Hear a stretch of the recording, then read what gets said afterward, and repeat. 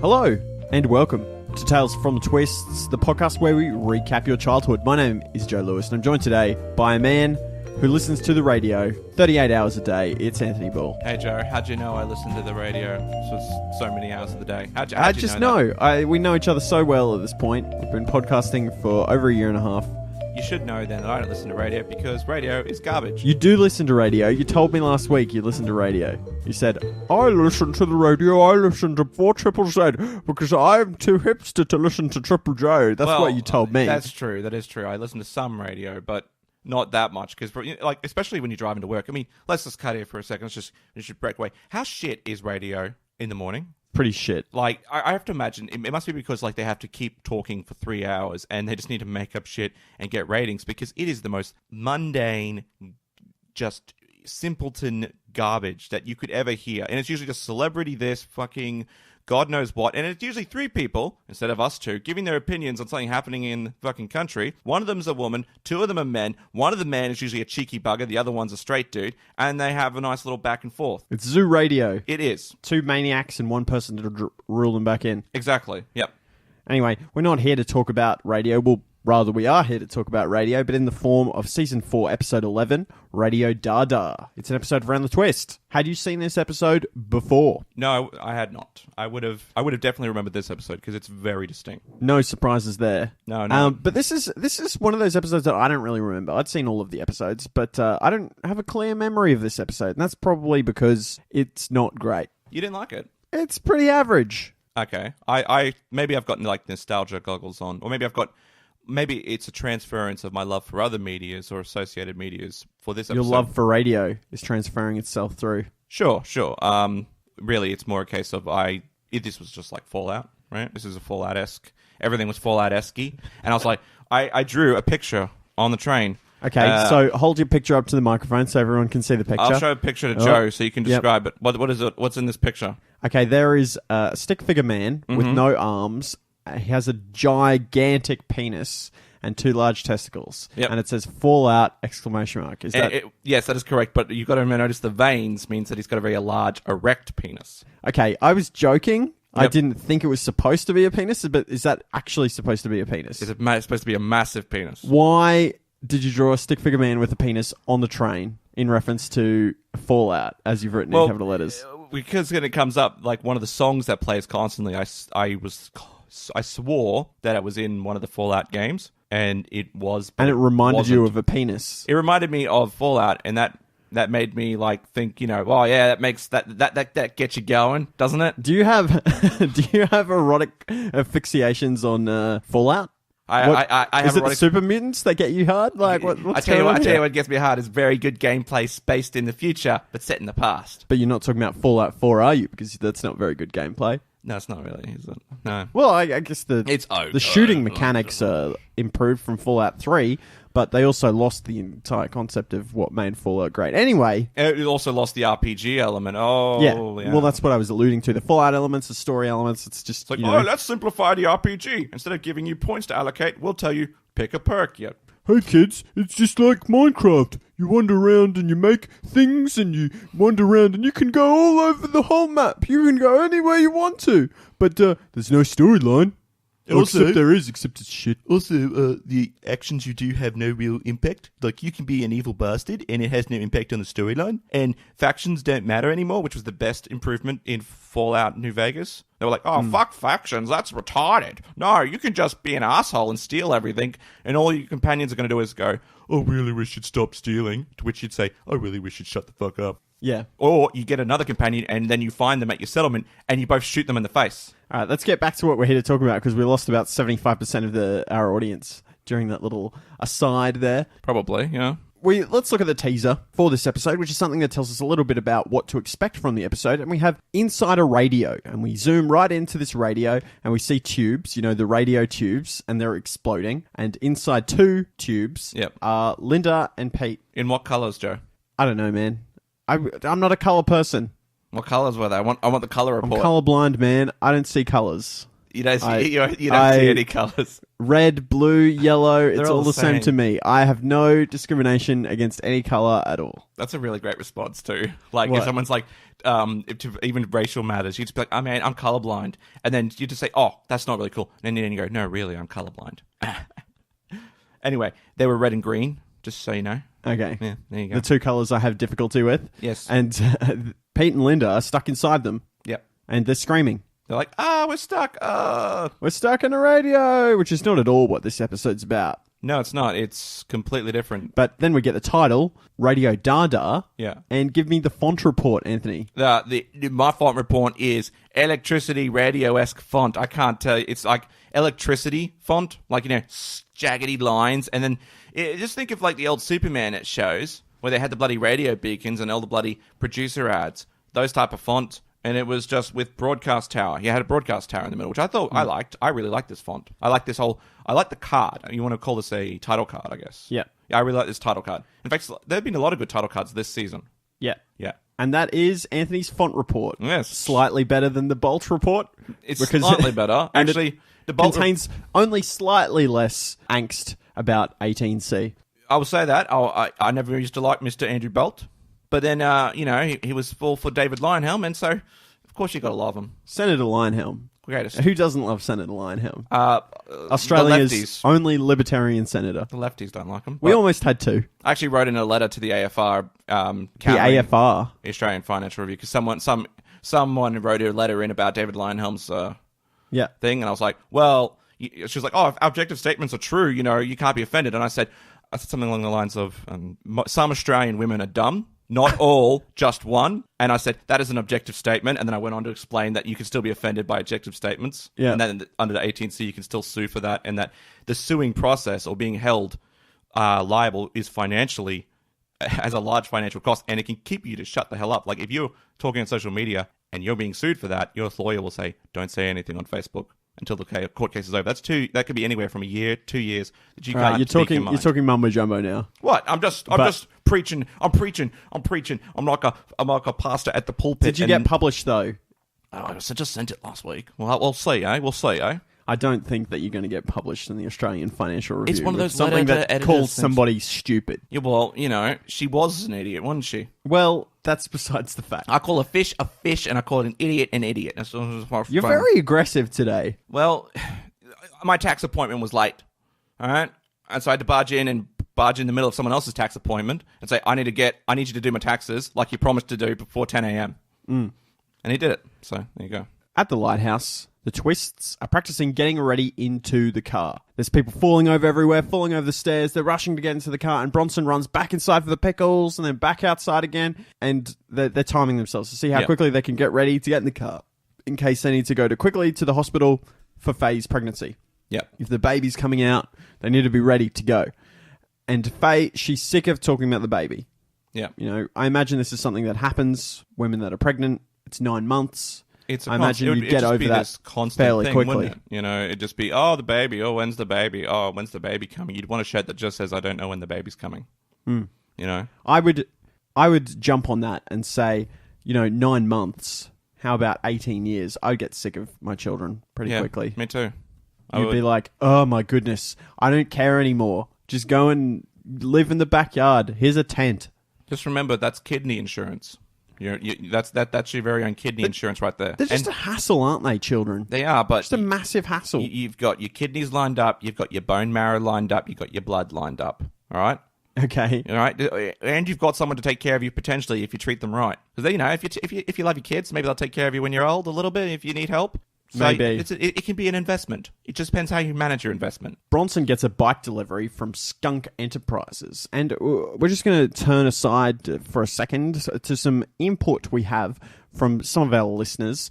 They write in every week to give us their notes on what's happening in the episode so we can read them out and look smart ourselves.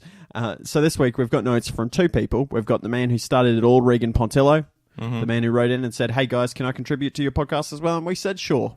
Make our jobs easier for us. Thank you, Yes. Mr. Pontillo. And we've got a new one, Nathan Holmes. Yes. Who's a Canadian man who loves to talk about Around the Twist. Yeah. And that's fine by us. It was great. Like a couple of weeks ago, he joined Chicken Twisties, and that's what you can do. You can find out about that at the end of the show. And he did this episode, and he also did last week's episode, or last Round the Twist episode, which will conclude some of the key points he made. Yep. Because he just missed the boat by the timing, like bloody international dateline and all. It's confusing. Yeah, and we'll talk about that later. But we start off with a couple of notes from Pontillo, and he says, I believe the title of this episode is derived from a combination of the song Radio Gaga by Queen, not Tween. That'd be a very different band, wouldn't it? Radio Gaga. And DaDa, an art movement formed in the First World War in Zurich. I did not know that. I did not know about this. Actually. DaDa. I thought DaDa was a reference to DaDa. I like, well, that's the thing. I just like Pontillo probably looked up DaDa. Or maybe he knew it already. Because I was like, what is DaDa? Why is it a thing? Why is it not, what is Radio DaDa? Instead of Radio Gaga made more sense than DaDa. And it's a type of found art movement. You know, we were talking about yes. Tony Twist is a found art. Yeah, it's kind of a found art movement. So it actually fits with the current theme of Tony Twist being a found artist. The Ponster goes on to say, this makes sense as this episode is based around a time-travelling radio which goes back to an era of war in Port Niranda, Australia. He says the song used in the teaser, we just talked about the teaser, We'll Meet Again by Vera Lynn, fits accurately into the premise of the story as the song was released in 1939 and Pete and Linda got sent back to 1944. Mm-hmm. Yes. Okay. I don't think that song's in Fallout. It's We'll not. Meet Again by Vera Lynn. It's not. Did you check that? I did check it, but it's in Van Buren, which is the Fallout Van Buren. That never got released, right? Never got released, yeah. And also, the Ink Spots do a cover of it. Okay. And the Ink Spots do a lot of the songs in Fallout 4. Okay. And another cool point about this song is that it's also traditionally played to close out Liberation Day, which is May 5th in the Netherlands. Oh, well, there you go. Happy Liberation Day to you Dutchies. The Dutchies, if any of you happen to be listening on May the 5th. Yeah, go Dutchland. No, wait, don't go Dutchland. That's the other country. Go What Netherlands. country did you say? Netherlands. Netherlands. Holland. Whatever. And the point he's made about the package, Pontillo has made about the package, says, Bronson receives a package from Skunk Enterprises. A foreshadowing of the next episode? Yes, because the next episode is named Skunk Boy, I believe. I think it's a foreshadowing of poor parenting by Tony Twist. It's not foreshadowing of Tony Twist. It's an example. It's like, oh, hey, son, do you have a package? Where'd you order that? What your 8-year-old's ordering packages online. Are you sure you did? That's not my package. You've got something coming from the Silk Road. Honest to God, if mail came to my house, yes, right, and I had children, and it was addressed to them, I would be very skeptical as to why my children are getting parcels. It depends how old your child is. Yeah, okay, so maybe 16. I'd still be a little bit skeptical, but I can understand. It's probably a fleshlight. Yeah, it could be a fleshlight. It could you don't be. want to open that. Could be drugs. Who knows? I'd rather not know. But an 8-year-old, what are you ordering? And whose credit card did you use? Well, it had to be mine. So I want to know whose credit. How did he get this? Well, if the 8-year-old didn't order it, who's sending it to them? Is it a relative? Why didn't they send anything to me? Is it a pedophile? It could be a pedophile. Who knows? Either way, Tony, you should probably step in and go, what is this? Where'd you get it and how'd you pay for it? Yep. And if it all checks out, then I guess you can have your little skunk thing. You're a weird kid, so whatever. Yeah, just check that for pedophiles. Open it up. Are there any pedophiles in here? Oh, are there any nudie pictures of, like, it's like, oh, wow, this lovely skunk thing. Oh, there's a picture of a man's penis. Oh, we've still got the skunk. So you take out the man penis pictures and then you just leave the skunk. Throw them in the bin. It's all right, Bronson. You don't throw them in the bin. You call the police and say, by the way, I've got these pictures of male. Someone sent pictures of his penis to my kid. Yeah, but then he's not going to send any more skunk costumes, is he? That's true. You want more skunk costumes. You just filter out all the penis pictures and you keep all the costumes. No, we do not encourage that at all. Ring the police immediately if anything like that happens. Good advice. Faye says, wish my delivery was that easy. Well, if you know the number of penis pictures that Tony had to take out of that delivery, you wouldn't agree, Faye. Exactly. Gribbles arrive, and Faye and Linda go to lie down. And then Nell's like, oh, I've got the radio you asked for, Pete. Let's go out and get that. Let's get away from these Gribbles. Why is Pete asking for a radio? I don't know, man. Honestly, it's just a convenient excuse. Like, there was a lot of things in the episode that could have been explained a little bit better, but weren't. And that's what really drags down this episode for me. It's just like, oh, Gribbles are here. Oh, I guess we need to run away. Oh, Pete, I found that radio you're interested in, And Pete was like, oh, yeah, I really wanted to see that. When it should have been like Pete didn't really want to see it, but wanted to get away from the Gribbles. And then when he got there, he was like, oh, this idea is actually pretty cool. I'd like to see put together, Seems a bit of a challenge. Sounds fun. It's not a puzzle, Anthony. It's a radio. Yeah, but it's a broken radio. A broken radio can be It's not fun to that put back broken, together. is it? Well, it doesn't work. So I don't know. It's broken. The Gribbles tell Tony that the Trans-Tasman Tunnel will go directly under the lighthouse, so Tony's going to have to move. But Gribble can use his mayor power to buy the lighthouse so that he isn't used and abused by a selfish politician. And Tony says, sounds like somebody I know. Mm-hmm. Classic Tony. Always getting his little digs in there at the G-Meister. Exactly. Local politician who's bringing jobs to this country, to bloody Port Niranda. What is he doing for my art grants? Exactly. Tony Twist, exactly. Yes. Nell gives Pete her radio, and she says, oh, I used to listen to this with Colin for hours. We used to sit there and listen. We loved each other. Oh, there's so much love. And Pete says, oh, I feel the same way about Fiona, but I can't go back to her because that's desperate, and I need another girl to go back to her first. Yeah. And we've got our first note from Nathan Holmes, our Canadian listener, and he says, Pete's showing a good understanding of game/signaling theory. Having a girl will indicate to Fiona that he's a high-quality mate, and that is a strong opener. I do like that for your first ever contribution to the podcast, or a read out contribution to the podcast. Good. It's strong. It's strong. It's good. Yeah. It's good. Any mention of game theory is a good mention of game theory. His sexual market value was increased because of his having a high quality mate. Yes. I love it. Yes, that is what I read. Inside the lighthouse, Pete is fixing the radio, and Fiona's got indigestion because she's been eating too many pickles. I've never had indigestion from eating pickles. Fiona? Faye. Okay, good. The other F. Yeah. You don't have anything to say about pickle indigestion.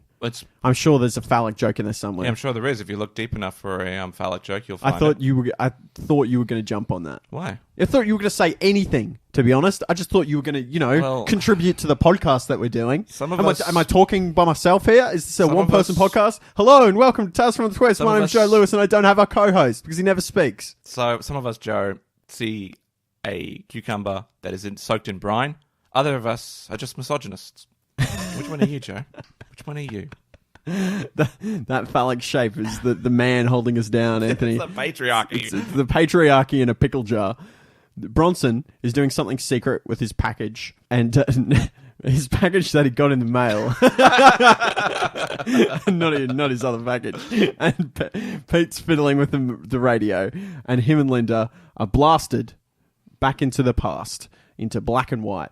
Nathan Holmes says, I'm not sure why Bronson is being so covert about his smelling habit after that episode where he was openly smelling horse dung in front of everyone. Well, maybe because he got, scolded before about his... Don't you smell horse poo? That's disgusting. He might have been talked to, Tony would have done those weird aside things where he goes, Bronson, that's just weird. You shouldn't be doing that. People are going to think you're weird. No, I don't do that. That's fucking weird, right? That's really weird. And so now he has to do it in secret because he openly displayed it. He's a secretive man now. A fugitive. He's going to have some weird fetishes when he grows up, like I've said before. Really weird fetishes. He'll be one of those people who pays women to stomp on, fruit and shit. In the scale of weirdness, right? Let's not get too far down this one, but having women stomp on fruit and stuff, that's not the weirdest fetish that's kicking around. No. I mean, probably the weirdest one that's legally okay is, in some states, bestiality. Bestiality's not legal. In some states of America, in some other states. It is not legal in some states of America. Yeah. Some states it's not illegal. It's not legal. It's just not illegal. That's not a fetish. That's another level. Well, I mean, that's like saying we're going to get into grey area here. Yeah. But what you're attracted to is different. Your sexual orientation is different to your fetish, right? No, but the thing is, if you're sleeping with animals, you still sleep with people. Do they? You're not exclusively sleeping with animals. Well, I don't know how it works. I don't know anything about bestiality. But most of them, I imagine, don't. They still have human partners. They're just animals. This madness. The number of diseases that those people are tracking around, that's disgusting. Well, yeah, I mean, I guess so. I mean, do they have diseases, though? Yeah, I imagine. Well, it's not. It's dogs, though. dogs don't have species. People sleep with dogs? Right, so let's say they sleep with dogs. That would be a cross-species disease. That's not as common as a same species disease. It's like trying to get avian flu from a bird. It has to cross over to your species first. So you're not going to get that many diseases. Worst you'd get would be infections because you're fucking a dog and the dog's dirty. Yeah, but you can... Isn't that how AIDS started? I don't know if AIDS started because someone fucked a gorilla or something. It's like a rumor. I don't think that's the truth. But it could be the truth. I don't know. And besides, a gorilla or a chimpanzee is different from a dog because a chimpanzee is really close to humans, whereas a dog's really far away from humans. If you are an STDologist, if you know anything about sexually transmitted diseases in other animals, i.e. chlamydia in koalas, can that be transmitted to a human? And how easy could that be? How easy is that to transmit? Please write us in and tell us. It'd be interesting to know. I don't really want to search that on the internet because... I think the AFP watch us enough, Bloody. Hi, AFP, if you're listening. Yeah, hi, AFP. And our friends in Virginia. Yeah. Our multiple listeners a week from Virginia. Yeah. Where were we up to? I don't even know. We're up to... I was going to ask you what fetish you thought Bronson was going to develop when he was older. Oh, yeah, fair enough. And I just said probably just smelling weird stuff or smelling women's feet. That's pretty tame. Well, I mean, what else is he going to do? He likes getting farted in the face, so he gets, shat on. Maybe. That's probably as far as I could go. It's pretty extreme. It's pretty extreme. So, so that's pretty tame. And then I go, it's a little step above. Well, it's pretty extreme. I'm like, where's the middle ground then, mate? Where's the middle ground? Well, I don't know. Is it a cling wrap? Is it the cling wrap on the chest? Is that the middle ground? I think but pooping on someone's a lot more extreme than smelling someone's foot. Yeah, it's true. So fart in the face? That's still pretty gross. It's pretty gross. Yeah, it's all pretty gross to me. Yeah. I don't know. This kid's a gross kid. Yeah. It's why in every tag on our website for every episode, it's Bronson is gross. Really? Yeah, so it's like the number one tag is Bronson is gross. Pete and Linda have gone back to World War II time, and a man busts in the lighthouse, and they're all dressed in... They've changed clothes. Yeah. Because this isn't just a time-traveling radio. It's a time-traveling radio that gives you other clothes. Which is important. This is important, by the way. Why? It actually is important. Okay, a man busts in, and he's looking for Helen. Where's Helen? Where's Helen? And then the Gribble Gang follow in, and they're soldiers now. They're dressed as 1944 soldiers. Yeah. And they surround Pete and Linda. And Mr. Gribble walks in, and he's Major Gribble. Pontillo's written in, and he says Colin, portrayed by Nathan Wentworth, the first man to bust into the lighthouse, has appeared into Australian television shows such as Thunderstone. He was Quan, Blue Heelers, Neighbours... But the majority of his work in the television industry is involved with behind-the-scenes, art department, and standby props. So he's rummaged through Nathan Wentworth's IMDb profile there. IMDb. Oh, yeah. Mm. Nathan Wentworth, not to be confused with other Wentworth. Which Wentworth Miller. That's it. Not to be confused with Wentworth Miller. Who's Wentworth Miller, Anthony? Wentworth Miller was the star of Prison Break. Sure. Why not? You don't know who Wentworth Miller is? I do remember Quan from Thunderstone. I thought the face was familiar. And that must be, I don't know, one of the kids. Okay, yeah, fair enough. You know, from the desert in Thunderstone. Yeah. Can you remember that far back? Yeah, I remember that kid. You remember that kid? We did like a pilot episode and shit, it's like something. And Mr. Gribble, he's in the lighthouse. He's like, this is a restricted area. No one's allowed here. And then Helen comes down the stairs looking for Colin, but sees Pete and magical music plays. It's like, oh, they love each other. Mm-hmm. And Pontillo says a young Helen, a.k.a. Nell... Oh, spoilers, Pontillo. What are you doing, man? Is portrayed by Lauren Pratt. Lauren has appeared in a couple of well-known movies. Con Air, The Object of My Affection, as well as Blue Heelers. Who's not been in Blue Heelers? Exactly. In the bloody Australian film industry. But according to sources, hasn't appeared in anything since this episode of Around the Twist. I really want to look something up, actually. What she looks like now? No, Lauren Pratt. Is she the little girl in Con Air? You remember the little girl? Maybe. Was she? Because I want to know if she's the little girl who's Nicolas Cage's daughter, or is she the little girl who... He's not a pedophile. I always thought he was a pedophile. He's not a pedophile, but... Who's a pedophile? Steve Buscemi's character. I thought Nicolas Cage's character was a pedophile. No, Nicolas Cage's character, he was in the Navy, and he beats up, 3 guys who are trying to attack his wife. And he accidentally kills one. Or kills, goes too far, so he gets sent to jail for, self-defense or third-degree murder or something. So what you're telling me is Steve Buscemi's character in Con Air is not a pedophile? No, I don't think he is. He's just a crazy murderer. Okay. He kills people. But he doesn't kill... I don't think he's a pedophile. I thought he was supposed to... Somebody in that movie... He's very creepy. He's very, very creepy. And I don't know. He kills people. He does kill people, but he doesn't rape children or something. He's a murderer of children, I think. Anyway, point is, there's a scene where there's a tea party with Steve Buscemi's character, who's really weird. Like, wow, what the fuck? Yeah, and he may or may not be a pedophile. Right, yeah, and you don't know that. And this little girl, and they sing the song, "She's got the whole world in his hands," and you think, oh my gosh, Steve Buscemi's going to kill this little girl. And in the end, spoilers, he doesn't. But I'm wondering if Lauren Pratt, what's her name, Pratt, is that little girl, or if it's Nicolas Cage's little girl. Who knows? I'd like to know that. Apparently, she is a little girl in that movie. If anyone listening, if they know, actually, was it Pontillo? If you know, just let us know. Gribble shouts at Colin to return to his post, looking for enemy ships. It's very important, and Colin leaves. And Gribble threatens Pete and Linda with espionage charges because they're sneaking around the lighthouse. It's like, you must be spies if you're sneaking around here. Outside, there's army stuff everywhere because it's 1944 and they're in the middle of the war. And Helen invites Pete and Linda to her house for tea because her dad is the lighthouse keeper. Yeah, there you go. But we know that's not true, guys. We know that isn't the truth. Why? What it really is her father doesn't actually exist. Because of the wartime, Helen has been able to keep her soul quite youthful because of all the dead bodies of the soldiers. So she's been eating the souls of the dead people. All those people have come onto those beaches and stuff. She's been using it to fertilize her lemon tree. And that's been keeping her young and youthful. But in the war, there's not that much death in Australia, right? Well, I mean, there's enough to keep her going, is all I'm saying. Wasn't there a newspaper report at some point this week that there's been more deaths on Australia in like exercises and accidents than there has been overseas? And it was like, our shame. Did you see that? What? About the army? About how there's been more people dying here than actually in battle? That's it's a good thing. Yeah, but it was like, our shame, the army's shame. That's so stupid. It's like, that's a good thing. That means the soldiers that are deployed over there, the limited amount of them, are well-equipped and well-trained that they don't die. Whereas there's so many here that there is probably more to do with the actual council or various other institutions. The council? Well, how do you think the council's just going around killing soldiers? How do you think these people are dying? How do you think these people are dying? The council's Paul Pasali, Mayor of Ipswich, they're dying. It's not rolling around with his council killing soldiers. No. So what it is, it would be more like they'd be providing poor facilities that don't allow for that may cause accidents for soldiers. I mean, how else would it be? Would it just be, they're on exercise and they die because they're shot on exercise by their combatants? I have no idea. And we needed to get the numbers. It should be like, oh, wow, there's a low amount. That's really good.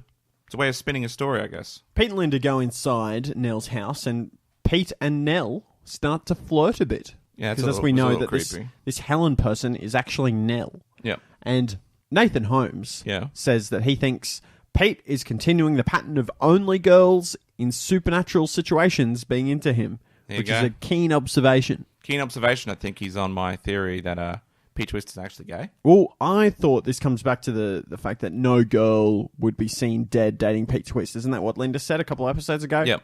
And all these people, all these supernatural women being into him. You know, there's the frog girl, there's this girl. What about is the girl and is the knight enter in the end? Well, yeah. Yeah, of course he is. Because it looks like a man. That's the joke, isn't it? Yeah, exactly. Also, I like to point out that I got this weird grandfather paradox, though not grandfather paradox thing. Okay. Because, he's going back in time, and I was like, if he has sex with Helen, he'll create himself. But I'm just thinking more about Futurama, that episode of Futurama where he goes back in time and sleeps with his grandma. Good episode. Doesn't he create himself? He does. Linda sees the radio that has sent them back in time, and Nell says, I can't use it because I might get square ears. And Pete's like, how funny. We're flirting. Then Helen gets a private moment with Pete. And she says, we might not be here tomorrow because of the war and everything. Yeah. And Pete says, or we might be here in 50 years' time. And Nell says, sometimes a single moment is more important. Do you believe in love at first sight? And Pete says, yes, all the time. Of course he does. And Helen and Pete are about to kiss, then Colin busts in, and Helen's like, shouldn't you be looking at enemy ships or something? And Colin angrily leaves. And Helen's like, he's so shy. Ha ha ha. What a way to blow someone off. What a bitch. You can't just continue calling women bitches, Anthony. You can when she's all like this. I don't know if she's being a bitch. I think she was just being a bit of a floozy. Well, Because clearly got something going on with Colin. yeah. And now she's trying to start something up with Pete just because she thinks that Colin's shy. Okay. No, that's showing. I won't call her a bitch. That's showing evidence. Call her of, an asshole. That's evidence of the matriarchy right there. She doesn't feel she thinks that it's the men's obligation to hit on her first, even though she clearly likes him back. So if he's not going to hit on her first, that's his problem. I'm going to go and date somebody else. Matriarchy in action. This was back though when that was the norm, and was acceptable norm as well. Yeah. No one was going around going, "Ooh, yeah, feminism." Ooh. Well, there were people like that, but I mean, yes, they were. There were, but they weren't going, "Yeah," and we need to make sure that women ask men out on dates. They go, "No, we just want to vote," which they already did, and we want to work, and that was their shtick. They weren't like, "Oh, we want to change fucking." We could get on this, but I'm talking now. Fucking, that's another rabbit hole. That's a rabbit hole down a path down a bloody road that goes to nowhere. Yes. It's not going into that. Okay. It'll just end with either taxation is theft. Taxation is theft. It is. Or it'll end with bloody hell. Oh, what is the world coming to? What is the world coming to? Colin leaves, and we cut back to Linda, and she activates the radio. And Pete and her return to the present, and they're like, "Oh, we're so glad to be back, but it's not finished yet, because I've still got about 3/4 of the episode to go, so everyone's wearing undies outside their pants." Yep, and that's why I said it was actually important that the clothes changed. Did their clothes change? Their clothes changed.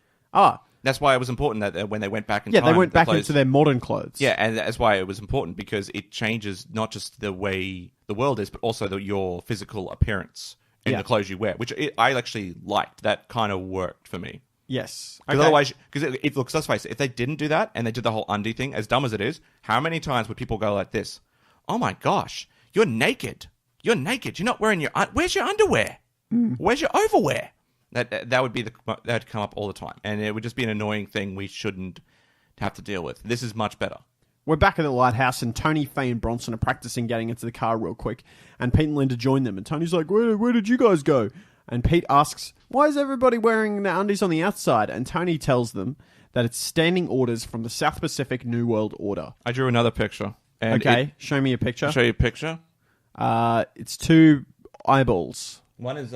See, one of the eyes is a partially opened eye. This is kind of interesting. Then I hear the words South Pacific, what was it? South Pacific Regional New World Order, and my eyes just opened up because I was just like, this is where I was like, I love this episode. Oh my God, this is the best. This is Anytime the best you hear New World Order, it's like, You're just like Alex Jones. Yeah, just like Alex Jones. You know? Oh, you get real excited about the New World Order. Those goddamn globalists. You know, I eat a lot of meat. I gotta control myself. Yes. So there's people wearing undies everywhere, and the Gribbles arrive, and they're modern soldiers now. Yeah. The Gribble gang, and they're wearing their camo undies on the outside. And Mr. Gribble, he's here as well, and he's wearing his tighty whities on the outside. Yes. And he said he's some kind of leader of this South Pacific New World Order, and he says, "Your lighthouse has been chosen as headquarters for the South Pacific New World Order. You have 5 minutes to remove all your belongings." And Pontillo has caught that Tony said... Pontillo's written in and he says, "Harold said, you have 5 minutes with which to remove your belongings." And Tony says, "What about the baby?" And Harold replies with, "We have no need to remove the baby at this time." And he said he found that quite funny. I actually like that joke as well. It's pretty funny. Good catch there. Nell is wandering about, and she's carrying clocks, and she's shouting insolence at Gribble. She's like, "Ah, Mr. Gribble!" Ah. She's some kind of homeless person. She's got a whole bunch of clocks in a trolley. Nathan Holmes says, "I guess Nell never mentioned that she used to live in the lighthouse, or that her name was Helen to the twist before now, because they didn't know." They didn't know. And she's shouting insolence at Gribble, and she's saying, "It's all my fault.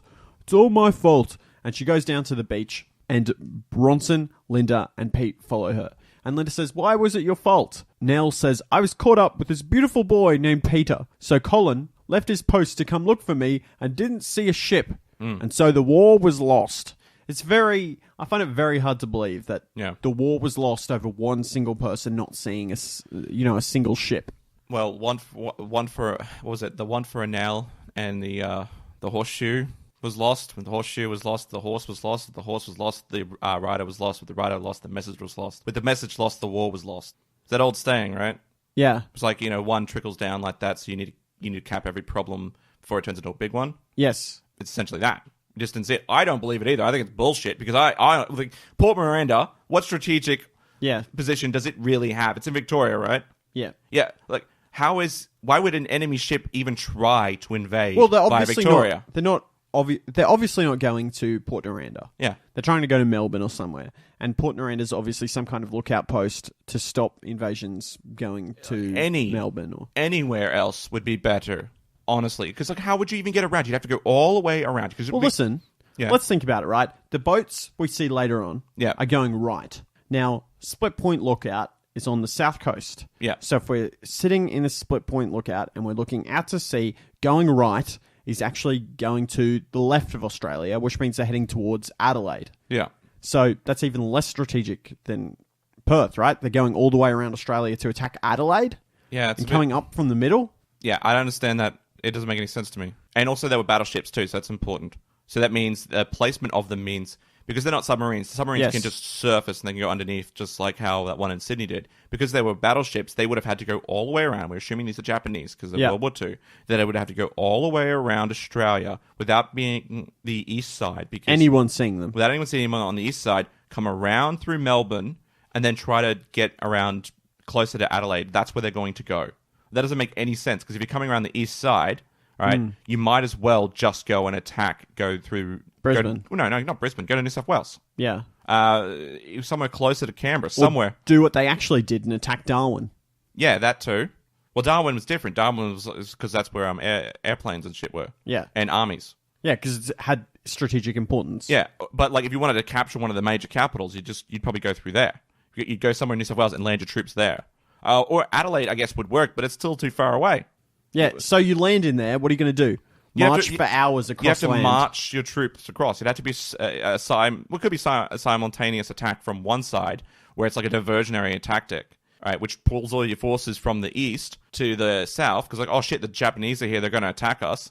But then the Japs come in from the east with their full army, and they take the eastern side where New South Wales as well as Canberra is, and that's the most important part. You take your parliament, you take your government, then you've lost the war. Yeah. Yeah. So maybe he did lose it. He did lose the war for Maybe everyone. he did, yeah. You know, I find it a bit easier to understand if they were attacking if the world was actually flat. Yeah. And they just go down to the edge and go around the edge. Anyway. Enough about the Flat Earth Society. It's intriguing. It is intriguing. It is. You know, I'm getting a lot of Facebook ads for things like weird conspiracy theories. Why? Website. What did you like on Facebook? That I don't know. Maybe David Icke, because I want to go see... David Icke was coming to Logan. We were going to go. Yeah, we were going to go, but you bailed. Well, I had something on. I can't remember. You bailed, man. It was super important. I can't remember what it was. You bailed on me. I was think going to go. I'm not going to go to a 7-hour David Icke conference by myself. No, I mean, neither. I wouldn't want to go by myself. Yeah. You bailed. It was you also ruined like $180 or something, wasn't it? It was not 180. I think it was like 120. Yeah. Pete and Linda rushed to the radio, and they're like, "Oh, we've got to go back in time." And the mysterious knight appears just as they're about to jack out. Jack out, and that's a terrible term. Jack out. There's no good. I meant, you know, in terms of like the Matrix, they're going back in time. Anyway, the mysterious knight appears, and she says, "I need to talk." But and then Pete and Linda warp out, and she's like, "Whoa, I'm supposed to be the one that warps out unnecessarily. I'm supposed to do that. I'm supposed to be the one that's really rude." Yes. Yeah. Knights, hey? Knights, eh? Yeah. What are they good for? It's good for nothing. Can't even play football. That's a joke, guys. I at least know something about football. Bit of a sports reference for you NRL fans. Yeah. And Pete and Linda appear in 1944, and Nell says, "I've missed you, Peter." And Pete says, "I pick my nose." But Nell loves it. She's all over it. She is a bit of a weirdo at heart, I think. And Linda, he is Gribble, planning an escape tunnel relocations. Yeah. For their fortress that they're building inside the lighthouse. She also hears that the bedrock underneath the lighthouse is unstable and it's going to collapse from the tunnel, so they have to choose special locations to put it. And she's like, this is interesting. Meanwhile, Pete's trying to tell Nell about the war, but she just kisses him. Outside, Linda sees Colin and tells him to go watch, but he's stubborn. He's like, no, I'm going to go and I'm going to find Helen because I love her. I'm not going to do my actual job. And Linda's like, we're running out of time.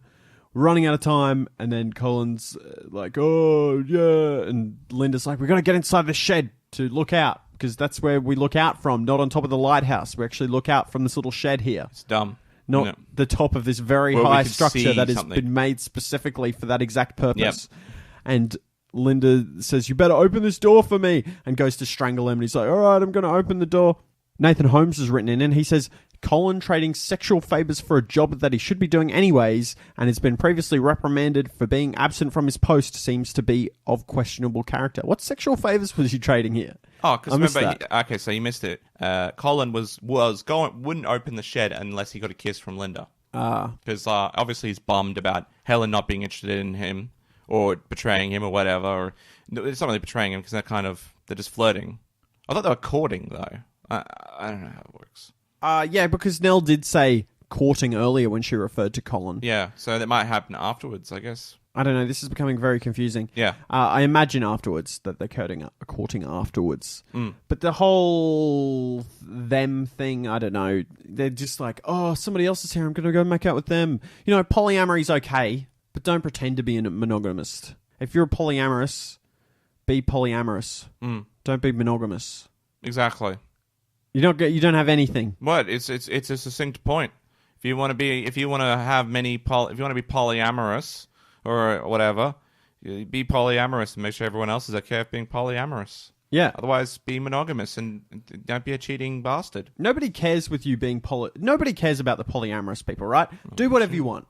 Okay. Go and be polyamorous. But if you want to be a polyamorous person, don't pretend to be a monogamous person and then have other relationships. The only problem I have with polyamorous people is when in relation to marriage, I don't understand how that would work in the current legal framework. If they ever did that, it's not legal. Let's say it was legal. Let's say I wanted it to be legal. It'd be very Well, it would have to be different. It would have to be different because it'd be like you'd have to split the assets 3 ways, or would it be some other way that the assets get split in the case of divorce? Because that's what it is. It's more about that. Yeah.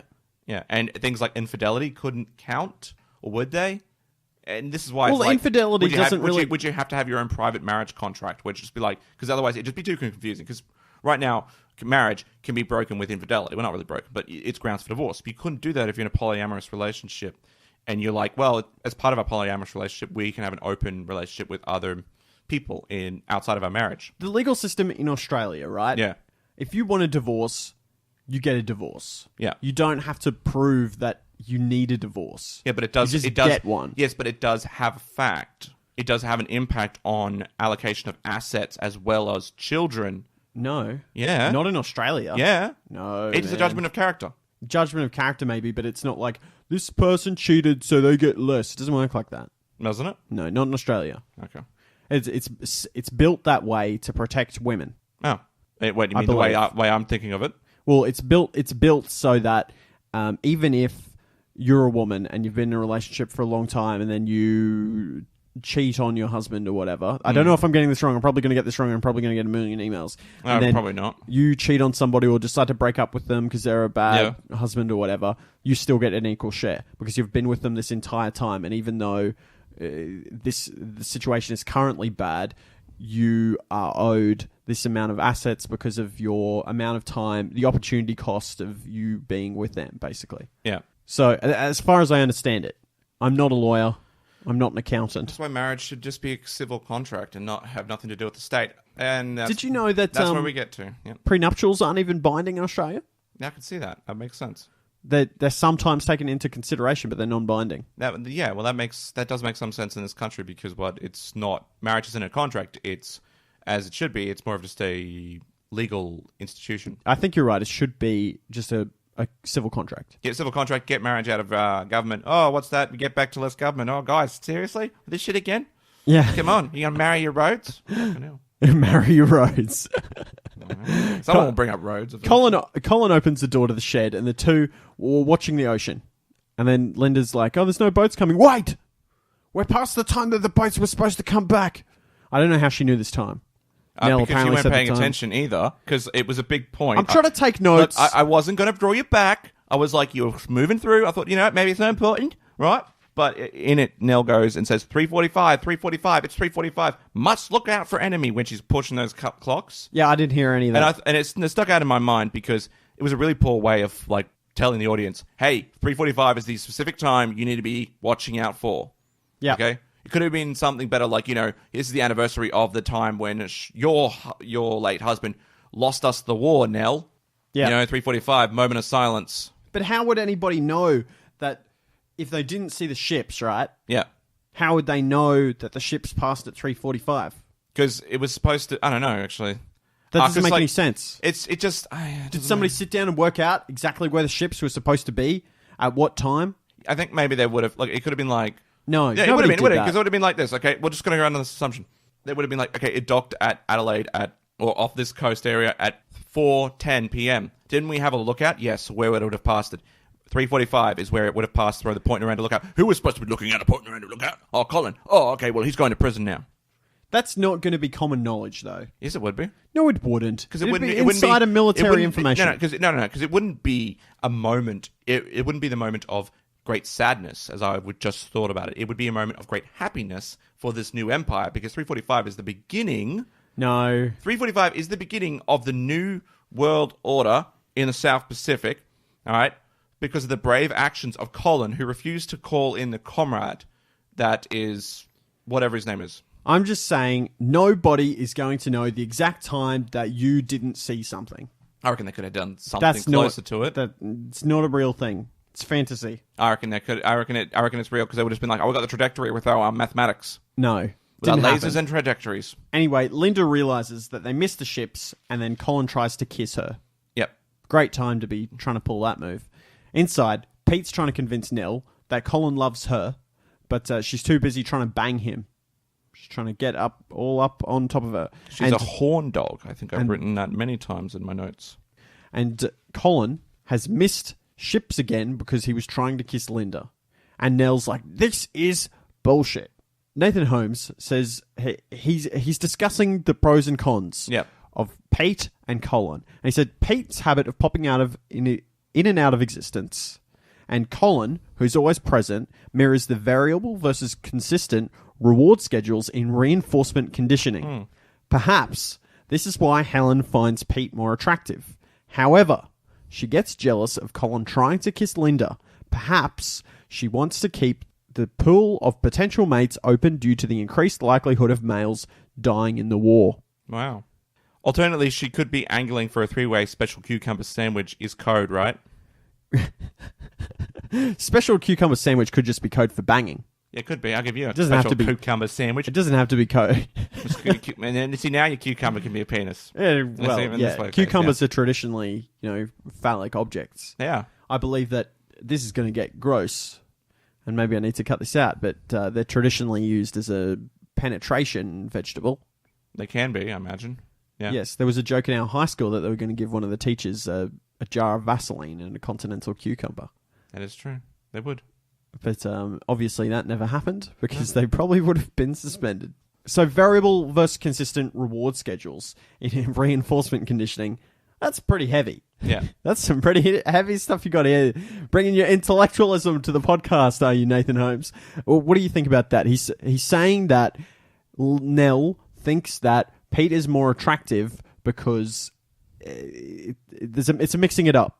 It's spontaneous and different rather than Colin, who represents consistency, always the same. So the spiciness of variability, he's saying, is better than the consistency of Colin. Pete is a scarce resource, whereas Colin is a commodity object. He's always there, constant and very much the same. So possibly, yeah. After a while, you get sick of it and it just becomes one and the same. Whereas Pete pops in and out of existence. You only get a brief moment, brief taste. So when Pete's there, you're interested in that. It probably is also why getting into the whole idea about the bad boy versus the consistently good boy is always there for you, because the bad boy pops in whenever he wants to, wherever he needs to.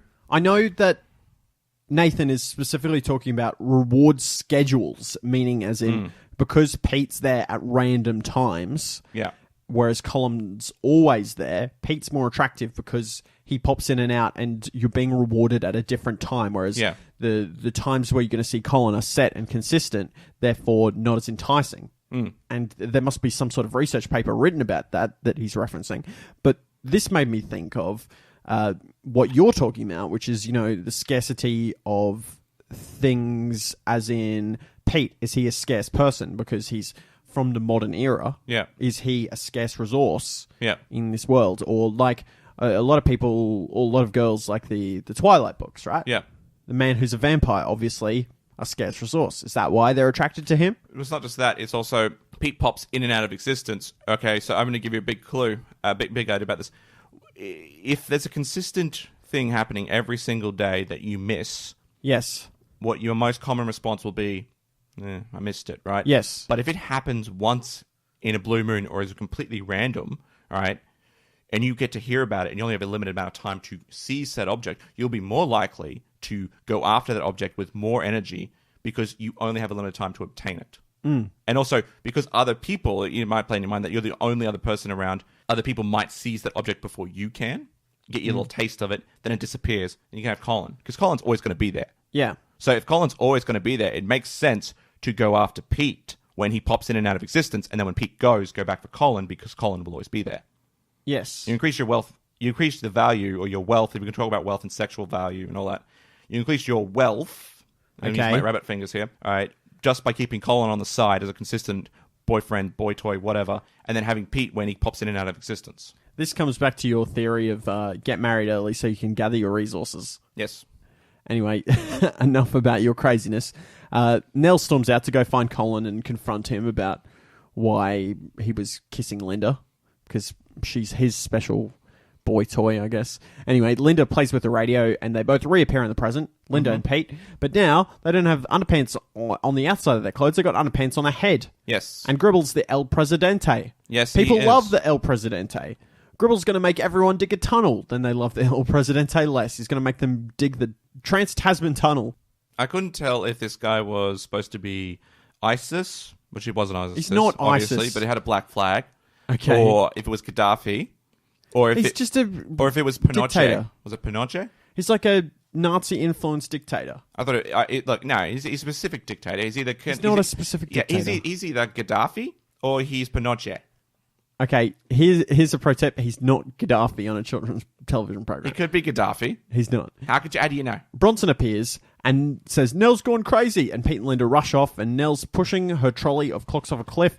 And we cut to Ponsillo's notes, and he says, Nell pushes a shopping trolley, mostly containing clocks of various shapes and sizes, off a short cliff near the beach, and is also wearing a shirt with watches hanging from it. She may have developed an obsession with time since she believed she caused the outcome of the war. That makes sense. Because she's upset at herself. This is something we kind of glossed over before, but she's upset at herself because Colin was chasing Peter and not chasing her, so he wasn't there to witness the ships go past, therefore they lost the war. Yeah. Is it right for her to blame herself for that happening? Obviously not. No, I don't think it's totally right for her to blame himself, but if we examine the whole idea that he was playing with Colin, keeping him on the side whilst chasing Yes. Pete, and keeping But him... she's not responsible for the war. Just No, because she she's was not praying with responsible for him. the war, but she does have some amount of influence. And now you could say, it's all Colin's fault. Yes, it is all Colin's fault, but now Colin's dead. You still How might do we- feel bad How about do we know yourself. Colin's dead? Well, he's not there, is he? Well, he could just be somewhere else. What, in prison? He could be anywhere else. Well, then we'd say that's that bastard Colin. If I feel like Colin is dead, and she blames herself because she even though she knows, yeah, Colin did it, she still blames herself because she influenced Colin's behavior. You could talk to her about it and say, no, you're not really. Actually, it was Colin who should have been doing his job, regardless of what you're doing. You're still a bad person for playing with him emotionally like that, but it's not, you didn't do it. He did it. It's his fault. He didn't do his job. Nell is about to jump off the cliff herself and commit suicide. And Which Pete's is like- really dark. And Pete says, oh, come and make me a cucumber sandwich. And Nell's like, all right, I'll make you a cucumber sandwich. Special cucumber We sandwich. can you know do what I'm that. saying? We can arrange that. We can put some cucumber in between some bread, if you know what I'm saying. Yep. And Pete, I'm sure, will definitely enjoy that. Linda and Pete return. The bread's a bit dry. Just, It depends whose bread the cucumber's going into. Oh, there you go. There you go. I don't fucking know where you're going with that. I don't know where you're going. I don't know when I'm going with that either. No, neither. We could elaborate, but it's going to be really gross and graphic. We don't need to. Linda and Pete return to the past, and it's Linda's last chance, apparently. She's like, this is our last chance. Why? Why? I don't know. Yeah, it doesn't make any sense. Why couldn't you just do it again? They It's could have time been travel. they could have been the bulb. Maybe they could have made the future bulb. There's a vacuum tube bulb that's starting to brown out, and it's like, this bulb, it doesn't look like it's going to last another trip. Without that bulb, you can't turn on the fucking vacuum tube. I don't know. Who could possibly... That would work, because then you could say, right, there are real risks here, But no, it's just, we can't do it one more time. Yes, you can. You can do it as much as you want. You could walk around with no clothes on, and you could do the bloody Groundhog Day thing. She leaves Pete with Nell, who wants to make him cucumber sandwiches. This is the past Nell. So many cucumber sandwiches in this episode. And Linda goes to the lighthouse. Gribble's flirting with Matron there, which is I don't know what their story is. I assume they're not married, which means that there's no... Yeah, not married. Are they younger? Are they supposed to be them younger selves? No, I don't know. Yeah, I don't know what the whole are. thing was. Anyway, maybe I think they're playing different characters. Colin thinks that he loves Linda, but he loves Helen. But he's also too shy to say that he loves her. Linda sees the ship, but Colin won't look because he's being a little bitch. She's like, look over there. And he's like, no, you're tricking me. I'm not going to look. Look, there's the ship. It's coming. No, I'm not going to look. You're tricking me. And then Doesn't Nell... he have a gun? What? Doesn't he have a gun on him? I don't know. He's a soldier, right? He has a gun on him. Yeah, of course he has a gun. Well, Linda should have pulled the gun and pointed at his face. She's not going to do that. Well, he should have, and she should have said, you better look out that fucking window or I'll blow your brains out. Nell and Pete burst in, and Nell harasses Colin. She's like, look me in the eye. Look me in the eye and tell me why you're hanging out with Linda. And because I'm not cheating on you at all. And then he looks her in the eye, looks up, sees the ships, rings the base. War is won. Nell loves him. They make out. Because he's a real hero now. He's a hero. He's a hero because he looked her in the eyes. He did a Marty McFly's father. Yes. Pete and Linda return home, and Tony and Faye are practicing. Yeah. And they're practicing getting in the car, and the Gribbles arrive. And they're about to tell Tony about the Trans-Tasman Tunnel. So we must be back before this happened before. I don't know how the timeline works in this episode. It's very complicated, and we don't really have a lot of time left to talk about it. But Pete and Linda tell everyone about the bedrock instability, and it's going to cost them millions, and possibly even send Gribble to jail if there's an accident. And Gribble's not keen on this, so he's like, yeah, we gotta go. And Robert's like, yeah, we gotta go wash our undies, because you never know when you're gonna get caught with your pants down. That's weird. What a weird 'Cause it's about tie-in. Yeah. Wearing undies outside your shorts. Yeah, no. And that's the end of the episode. That was the end of the episode. Do you have any thoughts about the end of the episode? Well, no. I mean, I've got my rating and I've got my bit of a review. So I might, but I want to let the other ones do it. So why don't you read other ones? Well, our dear listeners dear that wrote listeners, in. the contributors. I'll read Holmes. Nathan Holmes' little summary, and you can read Pontillo's if you want. Oh, thanks for just deviating things up. You're like, oh yeah, I'll choose the short one. You can read the long one. Well, you like reading. You told me that before. You are a word that begins with C. The part of me, this is Pontillo speaking, the part of me that enjoys the premise of time travel loved this episode. I thought it was well executed with its butterfly effect style transitions between 1944 and the present, and I enjoyed the humorous tones throughout. Pete and Linda's effective use of local history was a great payoff, and it's something you need to rewatch the episode to really notice and appreciate. I particularly enjoyed how they faded in the outro music before the end of the episode, which I felt paid tribute to episodes in season 1. Choices, even as small as this, can change your overall feeling about an episode. And he's given a really high rating, possibly even the highest he's ever given one. 9 out of 10, bowls of spaghetti and a cucumber sandwich. Oh. That's from Regan Pontillo. So now we have Nathan Holmes' summary. Mr. Gribble as a military officer / dictator was the most enjoyable part of this episode. The time travel plot did not make a lot of sense, and there were at least 3 separate occasions where Colin had the opportunity to spot the ships, but apparently, after the Pete and Linda's first jump back in time, he missed all the opportunities. Is he really terrible at his job? And I think he is. He's given it a rating of 1 out of 3 Army-issue past-to-field rations. So that's it's not a great rating. Not much love for that one. Very different ratings there. And what would you give the episode? So I said... I gave it 8 out of 10 expired tins of Army surplus spaghetti. It was lowered because honestly I felt that the plot was dragged down by issues relating to, I guess, its consistency and its believability, as well as dumb setup. So like as I said before, the 3:45 p.m., 3:45 p.m., 3:45 p.m., it should have been set up in a better way. The way it had it was just like, 3:45 p.m. is an important point in time, guys. Just so you know. You need to be on the watch out for 3:45. What'd you give it, Joe? I'm going to give it about... I didn't think it was great. I was not entranced with it, as Regan was. I don't like these jumpy back and forth ones that don't have a solid timeline. And I think there were a couple of things that I would have liked to know what was happening from Nell rather than just see her as a crazy person. Yeah. I think it was interesting to see her as a crazy person occasionally because she is a crazy person. But I wanted more information. 5 out of 10 bowls of spaghetti cucumberoni. Cucumberoni. Oh, hello. Is that all we have to talk about the episode? That's all we have to talk about in the episode. So let's jump into some feedback. So we've got a couple of things here, listener feedback to talk about. Do you want to run us through them, Anthony? Okay, so first off, turns out Nathan Holmes, so actually, let's read his one of his first contributions to the show. He wrote in last week a couple of weeks ago, for the episode, what was it again? Shadow Player. It was a Shadow Player. And he did some Pontillo's pontifications, which are in Chicken Twisties if you want to go see them. But he just missed the boat, as we said. But we're just going to read some of his select ones out. And we'll just start with the summary, though. It says, "Hello, mates. Love the show. Found out about it through a Reddit post. Haven't watched all the Twist episodes, but I was thrilled to find that you weren't completely through the series yet. I think I came in at the right time. This episode, The Shadow Player, really speaks to my Canadian sensibilities. You'll see what I mean. Perhaps this episode was written with intent to export to Canadian television. Please don't feel that you have to include every comment I made in this episode. I won't be offended. No worries. A lot of them are just pointing out puns. You may be able to guess what I was doing while I was watching the episode.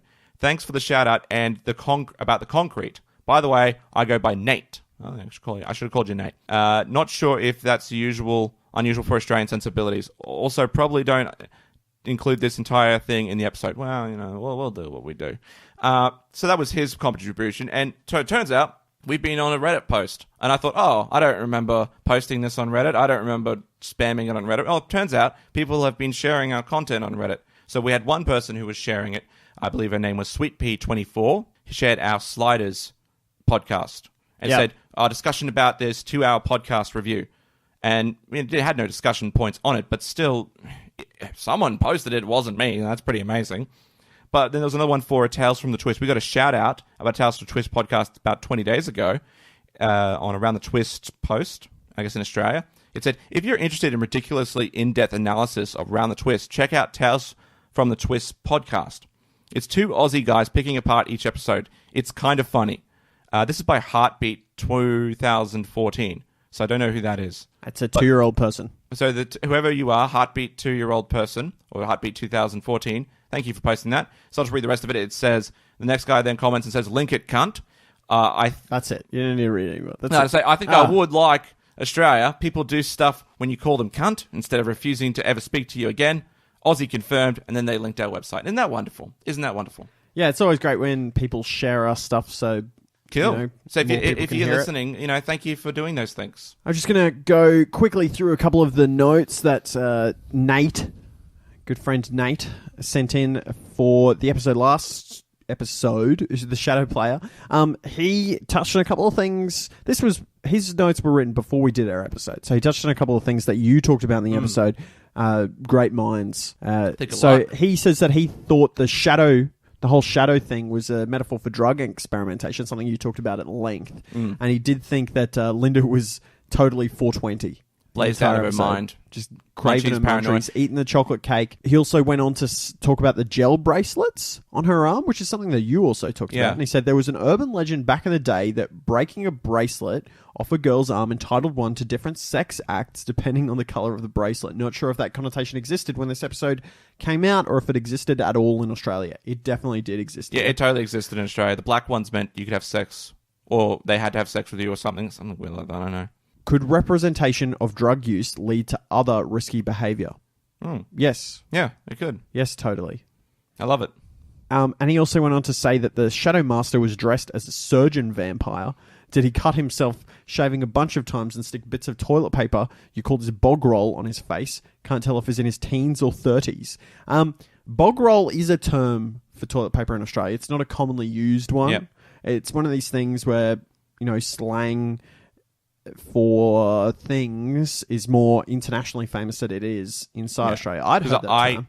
Joe knew the term bog roll. I had no idea that bog roll was a thing. It's not common. Yeah. Like, people don't call the toilet bog all the time. It's more of like a you know it, but you wouldn't say it. Yeah. I don't know what the equivalent is in Canada or the US. We'd call it dunny or loo roll. No, you mostly just call it toilet paper. Yeah, well, like if you were trying to be an Aussie slang, though, Yeah, and but someone would say that. nobody speaks like that. Oh, mate, can I use your dunny? You got any dunny paper? Well, somebody might say, "Can I use I your gotta loo?" use you got a loo roll? You guys sell loo roll here? Yeah, they might say, "Can I use your loo? Can I use your toilet? Can I use your bog?" Yeah. They're not going to say, "Can I have your bog roll?" You got any bug roll? They're just going to say, I'll say, "What's?" You'd be like, "No, we just sell cream rolls and jam rolls, and I think there's some rolls down there. I don't know what a bog roll is." Anyway, his overall thoughts of the episode were odd to see drug use covered in such a progressive manner in a 90s TV show. I did not remember this episode, but I'm sure I would have missed the subtext at that age. Linda's arc from struggling addict to recreational user was not believable, however. I found the Shadow Master to be a ham-fisted way to tell the viewer what could be shown instead. It was good. And he gave it 4 out of 6 plates of spaghetti lightly tossed in canna butter, which I believe is cannabis butter, with a tightly rolled Platinum Girl Scout cookie. That's good. It's good. And he went on to say just a little bit more from Nate, and then we'll wrap up the episode. And he said, it seems that the twists are constantly reliant on supernatural... He's given a couple of general notes on the series as a whole, and we'll just read these quickly, and then we'll jump on to our wrapping up of the episode. And he says, it seems that the twists are constantly reliant on supernatural forces to beat the Gribbles, rather than simply putting effort into the challenge of the week. Perhaps this is a commentary that the adventures of wealth and birth that the Gribbles enjoy and abuse are insurmountable by ordinary means for a working-class family like the Twists. From the opposite perspective, one may take this to mean that the lower class are lazy and rely on socialist policies which unduly hamper the elite from making progress. That is just the truth. Speak the truth, mate. Speak the truth. Truth right there. Truth incarnate. A lot of things to chew on, if you will, over the week from Nate. So thanks, Nate, and thanks again, Pontillo. Both of you guys had great notes this week. I believe there was one more thing, if you want to grab that up, Anthony. This was the top 10, Revenge of the Listicles top 10. Yes, and we had a couple of people write in, and Phil Bates wrote in and he said, Life of Brian. Phil Bates, long-time listener of the show. My dad... This is Phil Bates speaking. Yep. A pastor, a fan of Monty Python, played the Always Look on the Bright Side of Life clip as one of his sermons. He forgot they drop an S-bomb. I've never seen him so shocked or embarrassed before my entire life. So I imagine that would be pretty embarrassing, having the word shit in your sermon at a church. And Scott Wickham writes in as well, and he says, wasn't a fave. Life of Brian, he's meaning. Yes, of course. He says, but when younger, chose a vampire when he was younger, he chose a vampire movie rental. Both Mum and I should have checked the pictures and ended up being an adult entertainment in the wrong spot. So this is an adult film, a porn of vampires, apparently. To avoid wasting money, his mum just fast-forwarded the sex scenes, talk about awkward with the family. Scott then goes on to say, I should have known then that I am gay. It wasn't at all straight. And I liked it. Lol. So, thanks, Scott. Maybe you can write in and you can tell us what you think of Anthony's Peter's gay theory. Yeah, please do. Something Scott that we could use a bit of a gay perspective on. Gay perspective. Do you think he's gay? Do you think it's I'm reading too much into it? Or a little bit of both? And, of course, we have one more piece of feedback, and that's from Stephen Walpole, and he says, do you talk about Battenberg cake? Something that he'd really like us to talk about for some reason. All right. What's Battenberg cake? We've talked about it before. It's some sort of layered cake wrapped in icing. So I'm not sure what amuses Stephen Walpole so much with Battenberg cake that he's forgotten that he used to be obsessed with BDSM. I guess anything that begins with a B. Yep. If you would like to contact us or have anything you think read out on the show, you can contact us on... Which of the following ways, Anthony? You can contact us through all the social media, such as Facebook, Twitter, Instagram, YouTube. Just look for Tales with a Twist. Join Chicken Twisties on Facebook to do like Nate has done or Regan Pontillo has done and contribute to the show, but also get behind the scenes. So just find Chicken Twisties on Facebook. You can email us at talesfromtwist@gmail.com. Subscribe to us on iTunes and give us a rating. If you give us a rating, screen cap it and send it to us, either in our Tales from the Twist page or in Chicken Twisties, I'll give you a packet of Chicken Twisties. All right, still doing that. And lastly, don't forget to go to our website, talesfromtwist.wordpress.com. That's talesfromtwist.wordpress.com. And that's everything that we have time for today. Yeah. Anything else you want to talk about before we close out the episode? No, not really. Like, I think we're it's pretty packed episode, so we might as well finish up now. All right. Well, we'll leave you with it. Hope you had a good week.